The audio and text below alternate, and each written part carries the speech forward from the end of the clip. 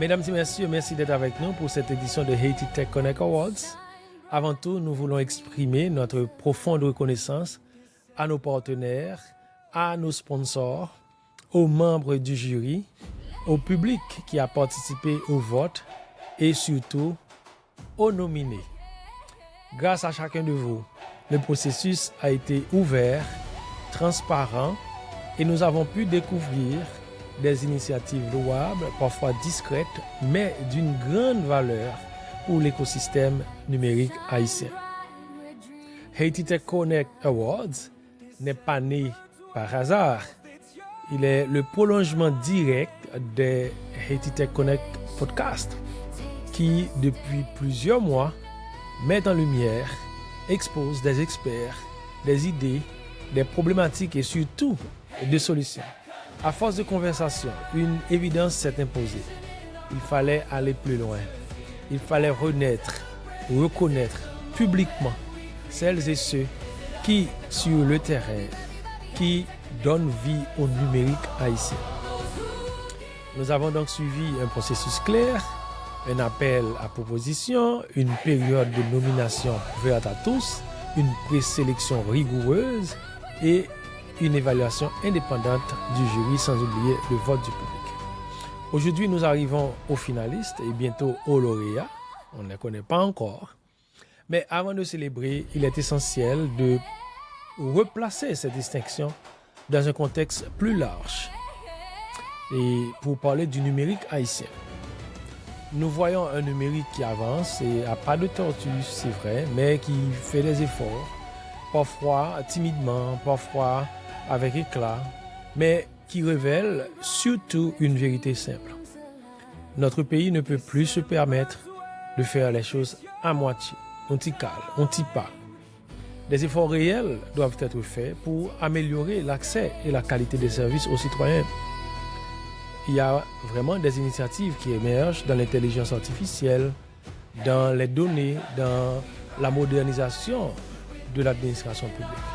Et pourtant, malgré ces signaux positifs, il y a un constat clair.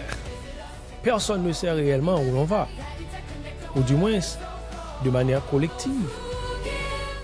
La population reste souvent à l'écart. On peut regarder les projets, les sites internet, les plateformes.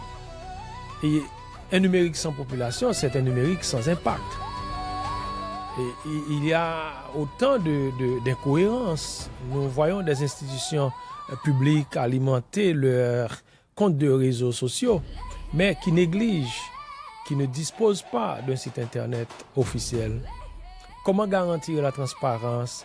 Comment inspirer la confiance? Comment structurer l'information si l'État lui-même n'utilise pas ses propres vitrines numériques? Le numérique n'est pas une vitrine esthétique où des photos ou des choses sont postées. C'est un outil de gouvernance, c'est un outil d'efficacité et de croissance.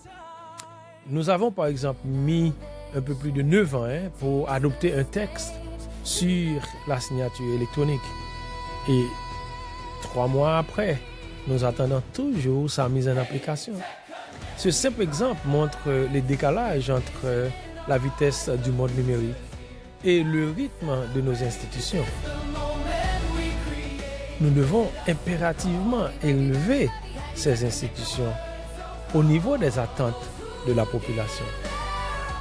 Car le numérique n'est pas un luxe, c'est un pilier du développement économique.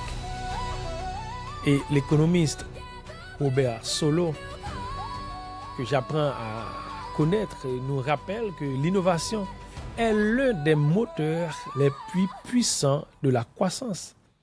Haïti ne peut plus rester en marge de cette dynamique. Lorsque nous investissons dans l'innovation, dans les données, dans la formation, dans l'information, dans les infrastructures, nous ne créons pas seulement de la technologie, nous créons de la valeur, nous créons des opportunités, nous bâtissons l'avenir, nous créons de la dignité. L'État, les entreprises, la société civile, les médias, chacun de nous, nous avons un rôle à jouer. Nous ne pouvons pas nous contenter de lancer des projets. Il faut lancer des projets. Il faut des projets utiles, des projets mesurables, accessibles, adaptés à notre réalité. Il faut une direction, il faut une cohérence. Et c'est dans cet esprit-là que Haiti Tech Connect Awards prend tout son sens. Ces distinctions sont plus qu'un trophée. Ce sont des messages d'encouragement pour dire que nous voulons mieux, nous voulons plus. Elles disent à celles et ceux qui innovent que nous voyons leur travail. Elles placent l'effort à la dimension d'hommes et de femmes respectables et respectés qui construisent chaque jour l'avenir numérique de ce pays.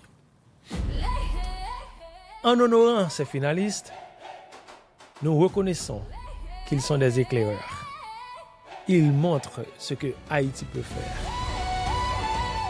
ce que Haïti peut devenir quand vision, engagement et action se rencontrent. Nos frères et sœurs de la diaspora qui participent, qui supportent ce projet, nous devons comprendre que le numérique ne peut plus être une suite d'initiatives isolées.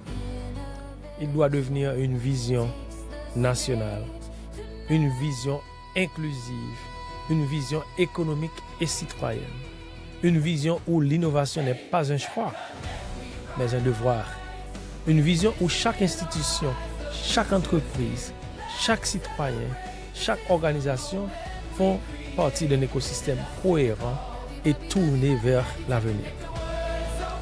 Nous avons commencé ce chemin. Continuons-le ensemble avec détermination, méthode et ambition. Haïti mérite un numérique plus fort, plus utile, plus structurant, capable de transformer la vie des gens. Merci pour votre fidélité. Merci pour votre confiance. Merci pour le support. Merci d'être les témoins, les acteurs de cette nouvelle étape. Merci à cette jeunesse dynamique qui demande plus.